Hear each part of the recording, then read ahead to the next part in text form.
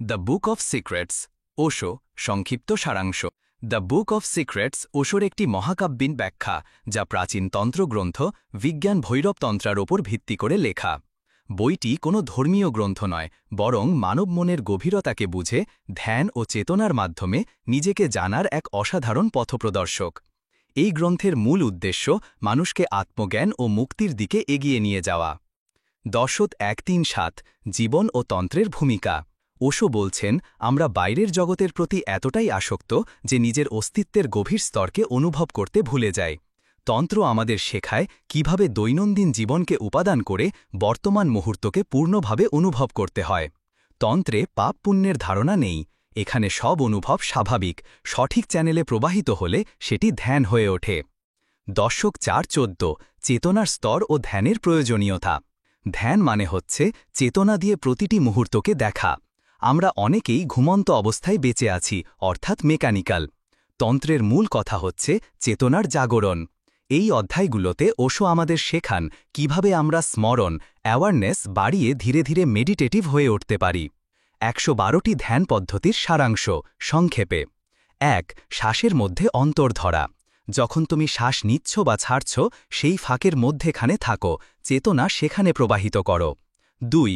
মধ্যবর্তী শূন্যতা। শ্বাসের শুরু ও শেষের মাঝে একটি নীরবতা থাকে, সেখানে অবস্থান করো। 3. মনকে চুপ করানোর চর্চা। প্রতিটি শব্দের মাঝে নীরবতা অনুভব করো। 4 থেকে 20 শরীরের বিভিন্ন অংশে চেতনা কেন্দ্রীভূত করে ধ্যান করার উপায়।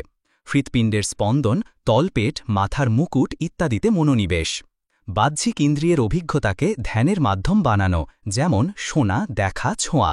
21 থেকে 40 আবেগ ও অনুভূতির শক্তিকে কাজে লাগিয়ে ধ্যান, ভয়, ক্রোধ, প্রেম, হাসি, কান্না, চমক এসব প্রতিক্রিয়াকেও সচেতনতার আলো এনে ধ্যান রূপে রূপান্তরিত করা।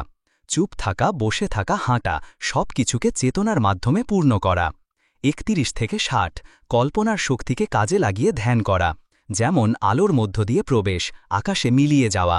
চেতনা প্রসারিত করা ও সত্তার ধারণা ছেড়ে দেওয়া, অনন্তে নিজেকে বিলীন করে দেওয়া।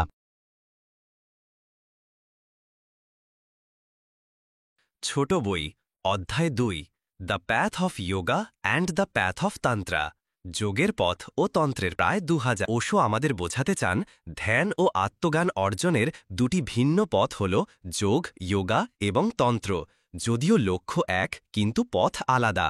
ওশো এই দুয়ের মধ্যে পার্থক্য, উদ্দেশ্য, মনোভাব ও ব্যবহারিক দিকগুলি গভীরভাবে বিশ্লেষণ করেছেন। 1. যোগ, নিয়ন্ত্রণের পথ, প্যাথ অফ কন্ট্রোল।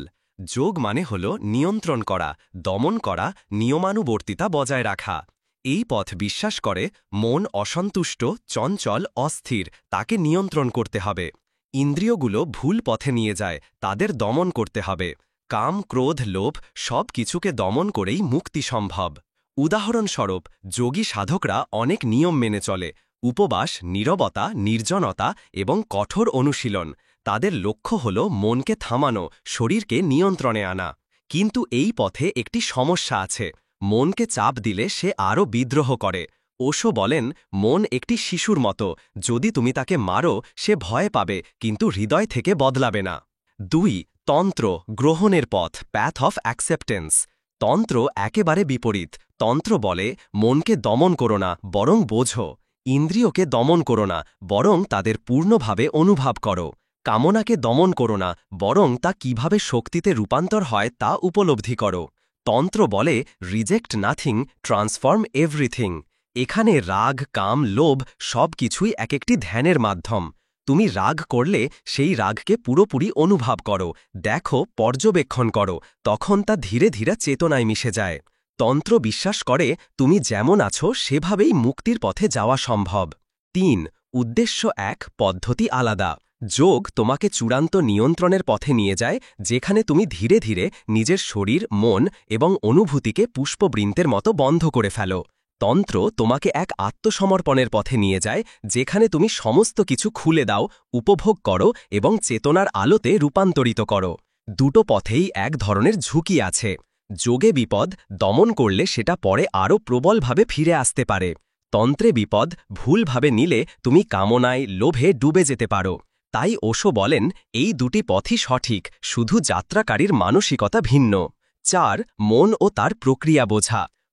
অধ্যায় 3, 3 লেভেলস অফ কনশাসনেস, চেতনার 3টি স্তর। এই অধ্যায়ে ওশো ব্যাখ্যা করেন যে মানুষের চেতনা 3টি স্তরে কাজ করে: অচেতন আনকনশাস, সচেতন কনশাস এবং অতিচেতন সুপার কনশাস। এই স্তরগুলো কিভাবে আমাদের চিন্তা, আবেগ ও আত্মজ্ঞানকে প্রভাবিত করে তা বিশ্লেষণ করে ওশো আমাদের একটি গভীর অন্তর্দৃষ্টি দেন। তিনি বলেন, তন্ত্র ও ধ্যান চর্চার মূল উদ্দেশ্য হল এই চেতনার 3টি স্তরের মধ্য দিয়ে ধীরে ধীরে উন্নীত হয়ে পরম চেতনার কসমিক কনশাসনেসের সঙ্গে একাত্ম হওয়া। ব্যাখ্যাকার: 1. অচেতন স্তর, আনকনশাস মাইন্ড। এই স্তরটি মানুষের চেতনার ভিত্তি। এখানে আমাদের চরম ভয়, চেপে রাখা কামনা, দমন করা অভ্যাস গোপন থাকে। আমরা যখন রেগে যাই কিন্তু বুঝি না কেন, কিংবা হঠাৎ করে গলার স্বর উঁচু হয়ে যায়, এসবই আসে এই স্তর থেকে। ওশো বলেন, অচেতন হল সেই ঘর যা অন্ধকারে ভরা। তুমি যা জানতে পারো না সেটাই এখানে জমে থাকে। এই স্তরের বৈশিষ্ট্য: নিয়ন্ত্রণহীন, প্রাকৃতিক প্রবৃত্তি নির্ভর। আমাদের অনাকাঙ্ক্ষিত ইচ্ছাগুলো এখানেই বাস করে। স্বপ্ন, ভয়ানক অনুভূতি, আচমকা প্রতিক্রিয়া, এগুলো এখান থেকেই আসে। ওশো বলেন, তুমি যদি নিজের ভেতরের এই অন্ধকার জানো না, তবে তুমি কখনোই আলোর দিকে যেতে পারবে না। তন্ত্র কিভাবে সাহায্য করে? তন্ত্র আমাদের বলে, এই অচেতনকে দমন না করে প্রকাশিত করো, তাকে দেখো, অনুভব করো, ধীরে ধীরে সচেতনতার আলো সেখানে ফেলো। 2. সচেতন স্তর, কনশাস মাইন্ড। এই স্তরে আমরা সচেতনভাবে বাঁচি। আমরা যখন কাউকে বলি, আমি জানি আমি রেগে যাচ্ছি, তখন আমরা এই স্তরেই আছি। আমরা সমাজ, পরিবার, শিক্ষা থেকে শিখে নিয়েছি কিভাবে হাসতে হয়, কিভাবে কথা বলতে হয়, এই সবই সচেতন স্তরের আচরণ। এই স্তরের বৈশিষ্ট্য: এটা খুবই ক্ষুদ্র, বরফের চূড়ার মতো। এটা আমাদের ভদ্র মুখ, সামাজিক মুখ। এর গভীরতা কম, কিন্তু এটাই বাইরের জগতে দেখা যায়। রূপ: সমস্যা হল আমরা ভেবেই নিই এইটুকুই আমরা, কিন্তু ওশো বলেন, তুমি যা ভাবো তুমি তার চেয়েও অনেক বেশি গভীর ও বিস্তৃত। সার্চ: সচেতনতার সীমাবদ্ধতা।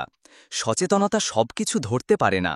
অনেক সময় তুমি হাসছ অথচ ভেতরে কাঁদছ, তাহলে তুমি আসলে কোন স্তরে আছো? এর উত্তর আসে অচেতন ও অতিচেতন স্তর থেকে। 3. অতিচেতন স্তর, সুপার কনশাস মাইন্ড। এটি মানুষের চেতনার সর্বোচ্চ স্তর। এখানে সময়ের ধারণা বিলীন হয়ে যায়। আমি আর তুমি বিভেদ ভেঙে পড়ে। প্রেম, ধ্যান, কৃতজ্ঞতা, করুণা এখানে স্বতঃসিদ্ধ হয়। সুরিস: এই স্তরে পৌঁছালে তুমি স্বপ্নে নয়, জাগরণেই অনন্তকে দেখতে পাবে। ধ্যান হবে স্বাভাবিক অভ্যাস। তুমি প্রকৃতির সঙ্গে, সৃষ্টির সঙ্গে এক হয়ে যাবে। এই স্তরের বৈশিষ্ট্য: অধ্যায় 4। এই অধ্যায়ে ওশো আমাদের বলেন, তন্ত্রের ধ্যান পদ্ধতিগুলো, টেকনিক্স, কোনোভাবেই কামনা, রাগ, ক্রোধ ইত্যাদি দমনের জন্য নয়, বরং সেগুলোকে চেতনায় রূপান্তর করার একটি উপায়। দমন করলে মানুষ আরও গভীরভাবে অসচেতন হয়ে পড়ে, কিন্তু যদি তুমি সচেতনভাবে প্রতিটি অভিজ্ঞতার দিকে তাকাও, তাহলে তাতেই ঘটে রূপান্তর। দমন বনাম রূপান্তর, মূল পার্থক্য: সাধারণ ধর্মীয় শিক্ষা বলে, কামনা খারাপ, রাগ পাপ, ভোগ থেকে দূরে থাকো, নিজেকে দমন করো, নিয়ন্ত্রণ করো। কিন্তু ওশো বলেন, যেখানে দমন আছে সেখানে চেতনার মৃত্যু ঘটে, এবং যেখানে চেতনা আছে সেখানে দমন প্রয়োজন হয় না। ব্রেন রূপান্তর মানে অভিজ্ঞতার মুখোমুখি হওয়া, তাকে পুরোপুরি উপলব্ধি করা, কোনো প্রতিরোধ ছাড়া তা দেখে ফেলা। তখনই সেই অভিজ্ঞতা নিজে থেকেই তার আসল রূপ বদলে ফেলে। ইন্ট্রো: ধ্যান পদ্ধতি হল সেই আলো যা অন্ধকারকে সরিয়ে দেয়। দড়ি নয়, আলোই সাপকে সরিয়ে দেয়। দশম আইকন: দশম, চেতনা, ধ্যান। 2 নম্বর, চেতনায় অভিজ্ঞতা ভাসিয়ে তোলা। তোমার মধ্যে যদি কামনা আসে, সেটা লুকিয়ে রাখলে বা দমন করলে তা গোপনে শক্তি সঞ্চয় করতে থাকে। কিন্তু তুমি যদি সচেতনভাবে দেখো, শরীর কিভাবে প্রতিক্রিয়া করছে, মনের মধ্যে কি চলছে, ইন্দ্রিয় কি খুঁজছে, তবে সেই কামনা আর তোমার ওপর ক্ষমতা রাখে না। তা এক ধরনের আলোকিত দেখা, ইলুমিনেটেড অ্যাওয়ারনেস। ওশো বলেন, দমন করলে তা ফিরে আসে, ধ্যান করলে তা মিলিয়ে যায়। 3 নম্বর, ধ্যান, অস্তিত্বের প্রতি এক গভীর সম্মান। ধ্যান মানে শুধু বসে থাকা না, ধ্যান মানে প্রতিটি অনুভূতির প্রতি গভীর শ্রদ্ধা, দায়িত্বশীল দৃষ্টি। যেমন, তুমি রেগে গেছ, তখন রাগকে চুপচাপ অনুভব করো, দমন করো না, চিৎকার করো না, শুধু চুপচাপ রাগের মধ্যেই থাকো। দেখবে সেই রাগ কিছুক্ষণের মধ্যে গলে যাবে, হারিয়ে যাবে, কারণ তুমি তাকে প্রতিরোধ করনি, বরং জানিয়েছ আমি তোমার মধ্যেই আছি এবং আমি জানি তুমি কে। 4 নম্বর, দমন কথার অর্থ অসচেতনতা বৃদ্ধি। যখন কেউ দমন করে তখন কি ঘটে? রাগ জমে থাকে অচেতন স্তরে, কামনা চুপচাপ অপেক্ষা করে বিস্ফোরণের। এক সময় সেই চাপ এতটা হয় যে মানুষ হিংস্র বা বিষণ্ণ হয়ে পড়ে। ব্রেন, ওশো বলেন, একটি শিশু যদি দিনের পর দিন কাঁদতে না পারে, তাকে চুপ থাকতে শেখানো হয়, সে বড় হয়ে হয়তো শান্ত দেখাবে, কিন্তু তার ভেতরে গুমরে থাকা কান্না একদিন তাকে মানসিকভাবে অসুস্থ করে তুলবে। তন্ত্র বলে, দমন নয়, স্বীকৃতি দাও। 5 নম্বর, প্রযুক্তিগুলির প্রকৃত উদ্দেশ্য। দ্য বুক অফ সিক্রেটসে দেওয়া 112টি ধ্যান পদ্ধতির মধ্যে একটিও এমন নেই যেখানে বলা হয়েছে কিছু দমন করো, বরং প্রতিটি ধ্যান পদ্ধতি বলে, শ্বাস দেখো, চোখের দৃষ্টি অনুভব করো, স্পর্শে থেকো, আওয়াজ শোনো, হৃদয়ের গতি জানো, চেতনার সঙ্গে যুক্ত থাকো। সবই দেখা বা স্মরণের পদ্ধতি। কোথাও নেই বাধা দাও, চেপে রাখো, লড়ো। 6 নম্বর, অধ্যায় 5। এই অধ্যায়ে ওশো 5টি মৌলিক ধ্যান পদ্ধতি ব্যাখ্যা করেন, যেগুলো বিজ্ঞান ভৈরব তন্ত্র থেকে নেওয়া। এই পদ্ধতিগুলির উদ্দেশ্য হল আমাদের প্রতিদিনের অভিজ্ঞতাকে একেবারে ধ্যানের স্তরে নিয়ে যাওয়া, কোনো জটিলতা ছাড়াই গভীর সচেতনতায় পৌঁছানো। প্রতিটি পদ্ধতি আমাদের মুহূর্তে, শরীরে এবং শ্বাসে ফিরিয়ে আনে। প্রথম পদ্ধতি, When the breath is still, at the beginning and at the end, that is the moment. শ্বাসের শুরু ও শেষের মাঝে যে শূন্যতা, সেটাই ধ্যানের দৌড়। বিশ্লেষণ। আমাদের শ্বাসের মধ্যে দুটি গুরুত্বপূর্ণ মুহূর্ত থাকে। একটিতে শ্বাস প্রবেশ করছে, অন্যটিতে শ্বাস বেরিয়ে যাচ্ছে। এই দুয়ের মাঝখানে থাকে এক ক্ষণিক শূন্যতা, নিঃশব্দ, স্থির। ওশো বলেন, এই শূন্যতা তোমার সত্যিকারের চেতনার দ্বার। তুমি যখন এই ফাঁকে স্থির থাকতে পারো, তখন চিন্তার জাল ছিঁড়ে যায়। কিভাবে চর্চা করবে? 1.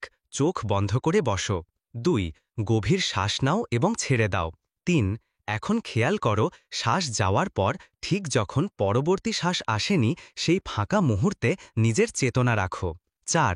ধীরে ধীরে এই ফাঁক বড় হবে, শান্তি বাড়বে। ফলাফল, মনের চলাচল থেমে যায়। এক গভীর নিঃশব্দ অভিজ্ঞতা হয়। নিজেকে স্বরূপে অনুভব করো। দ্বিতীয় পদ্ধতি, let attention be at a place where you see a before and after. যেখানে কিছু শুরু হচ্ছে ও শেষ হচ্ছে, সেই ফাঁকে অবস্থান করো। ব্যাখ্যা। জীবনের প্রতিটি কাজের মাঝখানে একটি ফাঁক থাকে, একটি শূন্যতা যা আমরা খেয়াল করি না। যেমন, তুমি হাঁটছ, থেমে গেলে, ওই থামার মুহূর্তে। তুমি কথা বলছ, হঠাৎ চুপ, ওই নীরবতায়। গান শুনছিলে, শেষ হয়ে গেল, সেই শেষ শব্দের পরে। এই ফাঁকের মধ্যেই চেতনার প্রকাশ ঘটানো সম্ভব। কিভাবে করব? 1. যে কোনো দৈনন্দিন কাজ করতে করতেই চেষ্টা করো। 2. কাজ শেষ হওয়ার পর 1 সেকেন্ড থামো, চেতনা রাখো। 3. সেই ফাঁকটি অনুভব করো, সেখানে থাকো। ফলাফল, মনের গতি কমে যাবে, শরীর মন নিঃশব্দ হয়ে উঠবে, ধ্যানের দরজা খুলবে মুহূর্তেই। তৃতীয় পদ্ধতি, fix your mind between the eyebrows. মাথার মাঝখানে, ভ্রুর মাঝখানে চেতনা রাখো। ব্যাখ্যা। এটি হল তৃতীয় নেত্র বা থার্ড আই চর্চার অন্যতম প্রাচীন পদ্ধতি। এই জায়গাটিকে বলা হয় আজ্ঞাচক্র, চেতনার একটি শক্তিশালী কেন্দ্র। ওশো বলেন, এই জায়গায় চেতনা রাখলে চিন্তা গলে যায়, মন হারিয়ে যায়, তুমি একটি আলোর প্রবাহে প্রবেশ করো। কিভাবে করবে? 1. আরাম করে বসো। 2. চোখ বন্ধ করে ভ্রুর মাঝখানে মনোযোগ রাখো। 3. চিন্তা আসবে, শুধু তাকিয়ে থেকো সেই